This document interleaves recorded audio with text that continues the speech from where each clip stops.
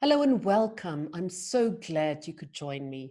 I'm going to show you today how you can harness the impetus of change to propel yourself forward and to live the life of your dreams. There are only three things in life that are guaranteed: death, taxes, and change. Change is the one thing in life you can bank on, because the moment we stop changing, we start dying. Change is as inevitable as its two companions, taxes and death. I'm going to show you how you can tap into the power of change to change your life, how you can become unstoppable, even during challenging times. And I'm sure you will agree with me that we are currently living in exceptionally challenging times. So when we look at the life cycle of the caterpillar, it starts with an egg, that pure potential that we all have when we are born. Then we grow up and we become worms. We become caterpillars. Now, the caterpillar's role in this entire cycle is to grow as big as it can get, to eat as much as it can. And then it literally dies. The caterpillar dies, dissolves into worm soup, and in the chrysalis reforms and is reborn as an entirely new creature, the butterfly that you and I love. So when we look at this caterpillar, and I want you to look closely, because you will see there are not tiny little wings that just have to grow bigger for this creature to become a butterfly. The worm molts about 4 or 5 times before, on the last time, it dies and dissolves. Now, people who have done this, I wouldn't. I mean, I love animals, and besides, I'm not into creepy things. But some people have cut open a chrysalis and they tell me that it's goo, that it's worm soup. So when this worm dies, it becomes worm soup. Leonard Cohen says in his song, Ring the Bell, that there's a crack in everything. That's how the light gets in. So for this worm to become the light and airy, beautiful butterfly, it has to break. It has to dissolve, and it becomes worm soup. And then, when it's inside this chrysalis, it reforms, its DNA molecules reforms, rearrange themselves into an entirely different creature. When the caterpillar is ready to emerge, it struggles. I heard a story about a man who was watching a caterpillar emerge from the chrysalis. And he was watching this creature, and the butterfly would struggle, struggle, struggle, and then stop and rest. And then he would struggle, struggle, struggle again, and then he would stop and rest. And this carried on for several minutes. And the man thought, the poor, poor animal, let me help it. So he took out a tiny pair of scissors and he carefully cut open the chrysalis, careful not to harm the butterfly. And the butterfly just plopped onto the floor, fat and squat, and walked around, looking completely disoriented. And the man thought, okay, it's any moment now, this butterfly is going to fly. But it didn't happen. And then the man realized that struggling was the butterfly pushing all the fluids inside its body to the tips of its wings so that it can fly. It needs to struggle to strengthen its wings before it can fly. And if it doesn't struggle, if we try and help it, it cannot fly. And then finally, we get the beautiful butterfly. Now, for me, a butterfly is a symbol of joy and love, and it just makes me happy. And I think for many of you too, the butterfly is a symbol of freedom and joy. And for many people, this is their personal symbol. So Martha Beck, under whom I trained, explains the change cycle as follows. There are 4 quarters, and the first quarter, where we find our worm, is the death and rebirth quarter. Then we move to dreaming and scheming. After dreaming and scheming, we get the hero saga. And then, after all of it, the promised land. So I'm going to take you step by step through this change cycle. So the first quarter is death and rebirth. Now, this can be a physical death. It can be something traumatic that happens. But this quarter of the change cycle is any impetus for change. We all know that when we have a traumatic event, we are going to come out a different person on the other side. And I think we as humanity were struck by a death and rebirth when this COVID-19 hit the world. When we were told we are not allowed to go out of our houses, for many people, that loss of freedom was very close to a death.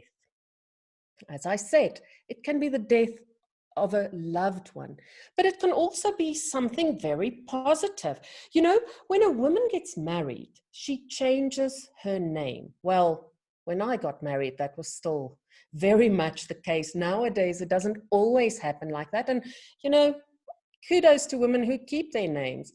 But when a woman marries, even if she doesn't change her name, her identity changes. Her identity as young, carefree woman changes into someone who is now a wife. So death and rebirth doesn't always have to be a physical death. It doesn't even always have to be traumatic, but there is some kind of a loss. And depending on the severity of it, there are the 7 steps of mourning that we're going to look at just now. But the slogan of this quarter, and you know, another word that Martha actually uses is mantra. The word mantra means a sentence that I repeat to myself often to strengthen me, to help me get through things. So the mantra or the slogan for this phase is, I don't know what the hell is going on, and that is okay. You know, during a death and rebirth, sometimes up can feel down can feel up, and everything feels sommer lekker de mekaar. Leonard Cohen, in his song Ring the Bell, says, there is a crack in everything. That's where the light gets in. So during the death and rebirth, we rearrange our DNA. We dissolve into worm soup. And I don't know what the hell is going on, but that's okay. Now, how to get through this stage? Elizabeth Kubler-Ross initially had the 5 stages of mourning, which she then expanded into 7 steps, 7 stages. And the first one is shock. You know, there's complete disbelief in what on earth is happening to me now. And I want you to think back of the day President Cyril Ramaphosa said, you are going into lockdown. You're not going to leave your house. There was this moment of stunned silence. We were shocked. And then the next phase is denial. And then anger. And I think many of us are in the anger phase of this lockdown now. Then comes bargaining, where you bargain very often with God and say, dear God, if you undo this, or if you bring this and that back, I will do this and this and that. Who of you have done that? I know I certainly have. After bargaining, when you realize it's not working, you go through a phase of depression. And then one day, you wake up to this new reality and you start testing, how is this new reality going to work before you accept it? Tips to deal with death and rebirth.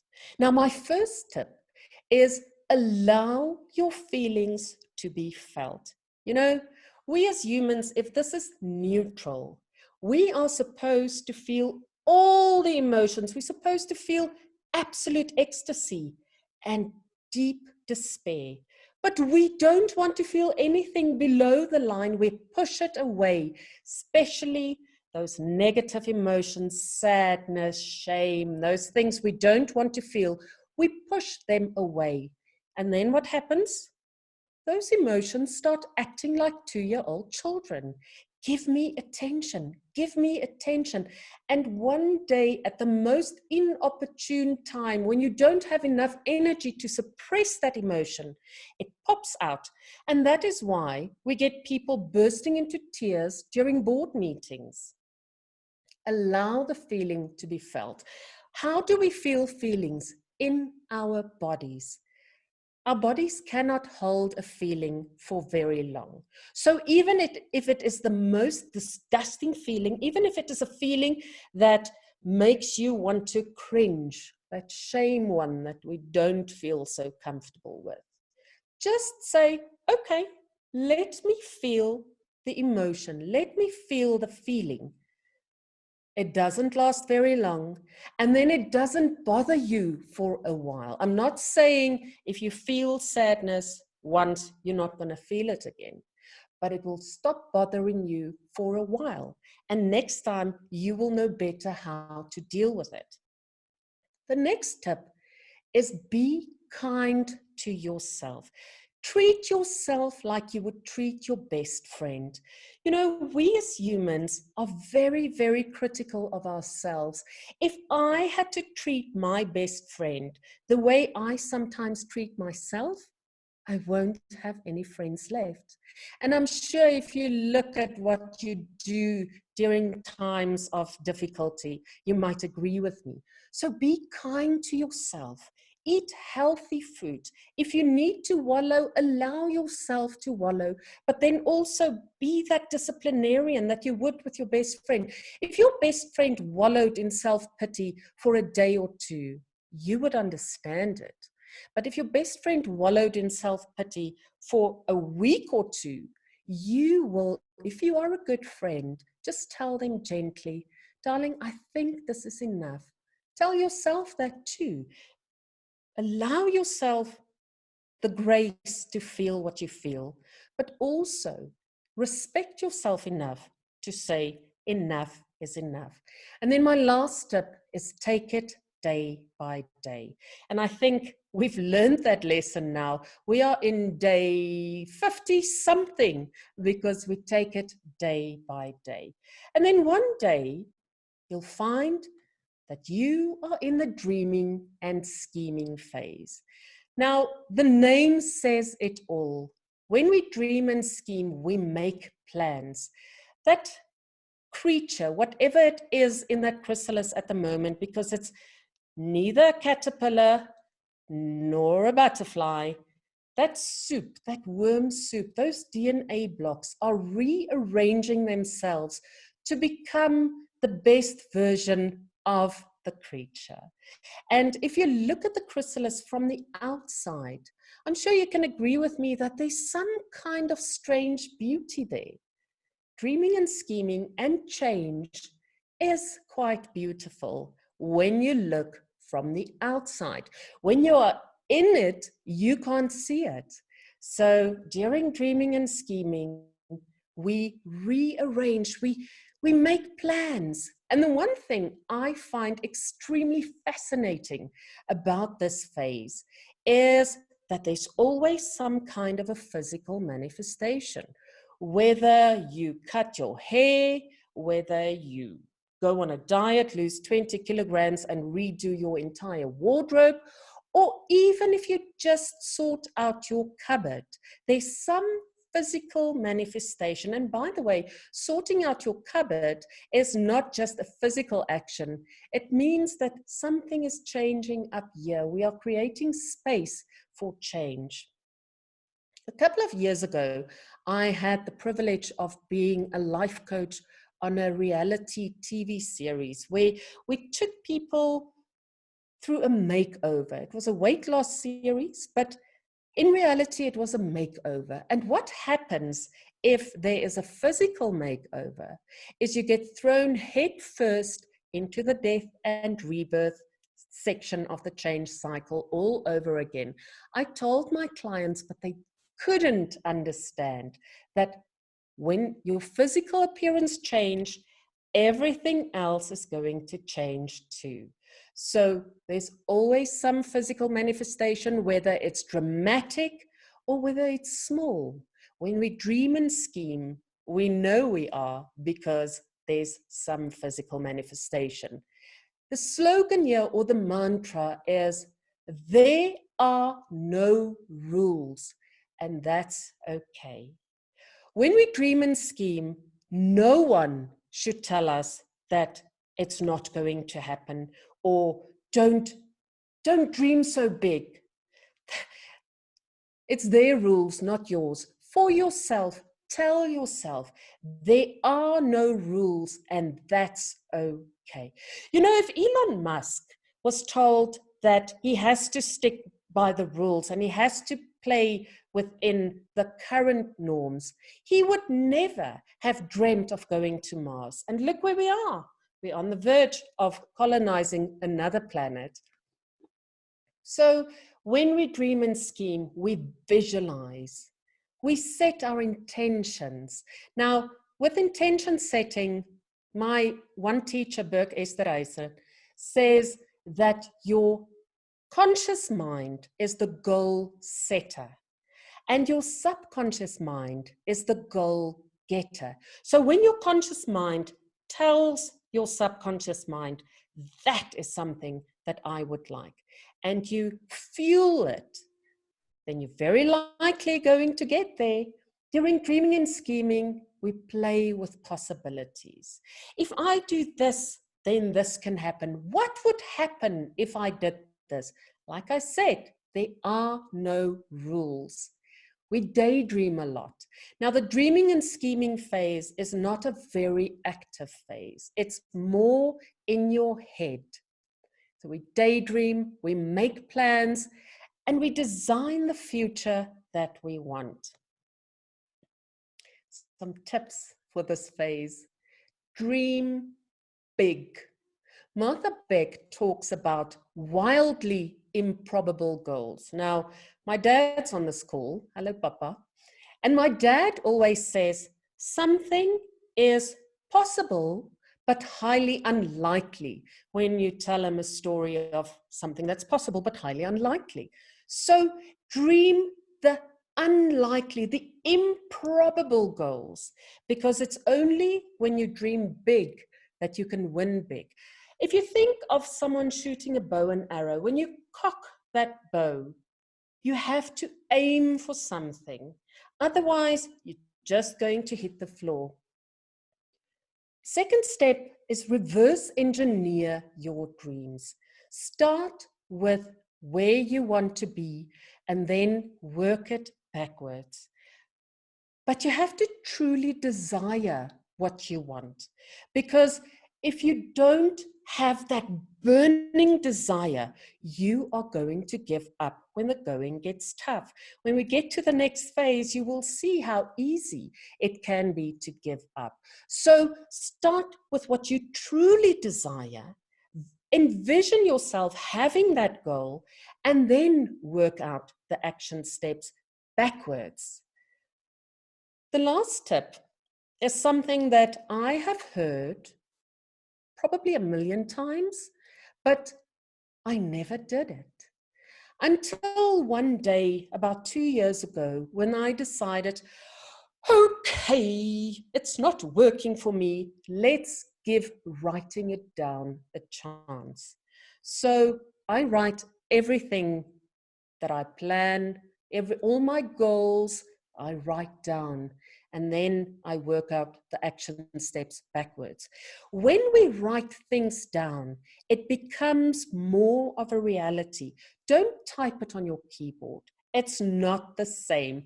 I wrote an article on my website of how things get from the head to the heart through the hand. We have to write down what we truly want. And I promise you, when you look back at your journals, it is amazing to see what you have accomplished. But the next step in the change cycle is the hero saga. When I was a child, I loved reading. In fact, one of my cousins said to me, she didn't like me a lot because she wanted to play and I just wanted to read. And my favorite stories to read were the myths and the mythologies of old.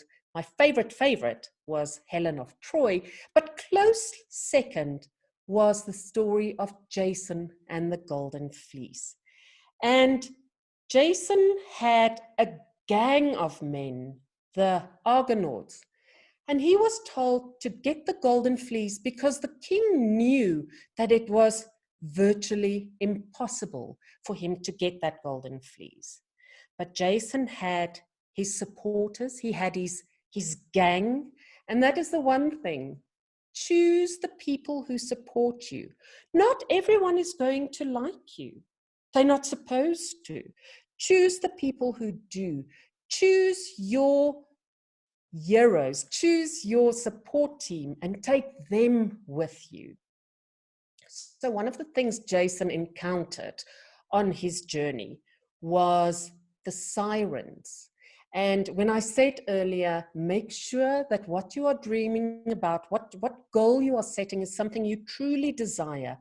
If it's not a burning desire, then those siren songs can easily distract you. Jason also had to fight monsters, and there were storms. And I think much of what we are seeing now, we can qualify as monsters and storms. This COVID-19 thing, if we think about it, we talk about fighting it. It's a monster. We can't see it, but it's threatening us. And then the storms are all around us. But if you have your gang with you, your cheerleaders, and you have set your course, then you will get there. Now, Jason didn't set out to get the Golden Fleece, got it the same day and was back in time for dinner and the 8 o'clock news with his wife. Oh no, doesn't quite work like that. The slogan in the hero saga, this is much worse than I expected. And that's okay.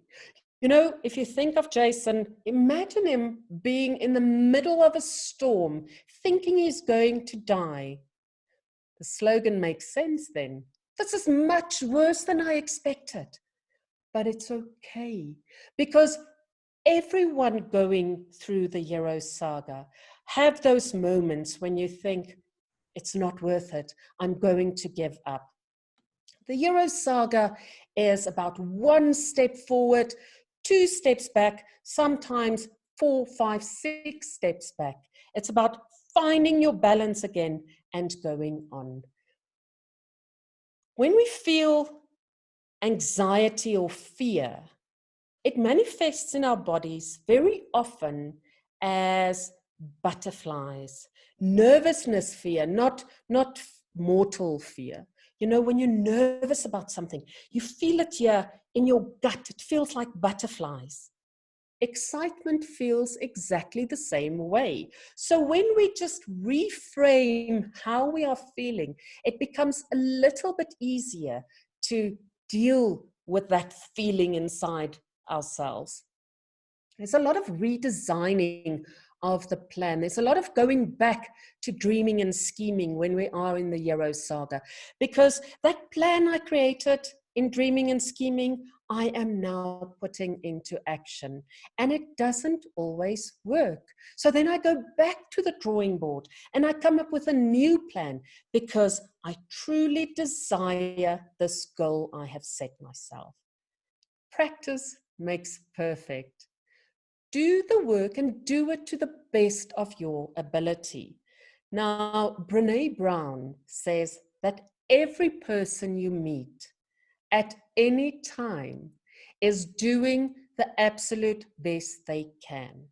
So if you look at someone, or if you think someone's actions weren't quite so nice or weren't quite what you would have done, just remember they are doing the best they can with what they have.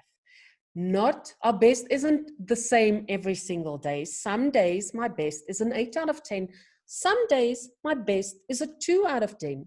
But if I do my best, I cannot do anymore. So do your best when you are in the Hero Saga. Do the work and do it well. And don't expect success overnight.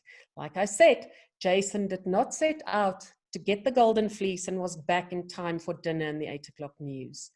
It is a journey, but you can enjoy that journey because much of our lives are spent here in the Hero Saga. And if we only wait for the moments that we hit the goal, that we hit the target, we are going to lose out so much of our lives. You've heard it. I'm going to repeat it. Life is a journey. Enjoy the ride. So the tips here in the Hero Saga. Firstly, remember that there is no such thing as failure. You are just finding ways of how not to do things. If you look at a failure as something that's going to stop you, then you don't desire your goal enough. You have to have that burning desire. So if you hit a brick wall, there are many ways to get through, over, or around it. You are just finding ways of how not to do it. Just keep going. Allow yourself some time to play. You know, we take our lives so seriously. I heard one day that the two groups of people who take themselves the most seriously are politicians and journalists. And when I realized that, and I was the journalist, I thought I made a decision that I am going to have more fun with myself and I'm going to laugh at myself more. Allow yourself time to play because life is not just serious. It's not just doing the work. Think of Jason and his Argonauts. And by the way, I forgot to tell you, Hercules was among them. Now, can you imagine Jason and Hercules kicking it back on the Argos ship with a beer? Have a beer with your friends, or some wine, or some gin. Or if you don't drink, go for a run, but have fun. Allow yourself time to play. And then hang in there, because the darkest hour is before the dawn. And very often, when we think we are not getting anywhere, we are this close to breaking through. If you have ever walked a labyrinth, you will know that when you get close to the end, it looks like you are right back at the beginning. And that is the way it's been designed. Life is also like a labyrinth. So just keep going, hang in there. And then we get to the promised land. We get to taste the fruit that we planted. If we look at the butterfly, it didn't think when it was dissolving into worm soup or when it was hanging upside down in the chrysalis that it is going to be this much fun to fly around from flower to flower. So the promised land is when we hit our goal. And the mantra here is everything is changing. And that's okay. Because the one thing about change, I said it in the beginning, is it is constant. When you are in the promised land, give yourself that pat on the back. Enjoy it, because this phase could last 30, 40, 50 years, or it can last 20 minutes. You never know when the next impetus for change, when the next death and rebirth is going to hit you.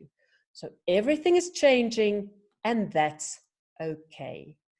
In the promised land, we are reaping the rewards of our labor. You're living your dream. All those sacrifices, all those 10 steps back that you took during the Euro saga, pale in comparison. You have succeeded. Stop, take a breath, observe, and then proceed. Whether that proceed means enjoying the rest of your fruits or moving into the next death and rebirth, proceed. So the tips here, and the one I feel very strongly about, is enjoy. Give yourself the recognition. Savor it. You have worked hard for this. And then gratitude. Gratitude. I can do a whole webinar on gratitude, because gratitude is the magic ingredient to get us to where we want to be. And the more we are grateful, the more things we find to be grateful. If we have gratitude in our hearts, we cannot be negative. Those two cannot exist at the same time. But like I said, know that change can and will happen. You can be in any phase of the change cycle in any area of your life. For example, your career can be in the promised land, where your relationship with your teenage son can be in death and rebirth, or your relationship with your significant other can be in the Euro saga, where your career is in dreaming and scheming. So the different areas of your life, you can be in different areas of the change cycle. And it's very handy to just quickly draw yourself a schematic representation and figure out, where am I with what? And then the final slide. Caterpillar says to the butterfly, "You've changed."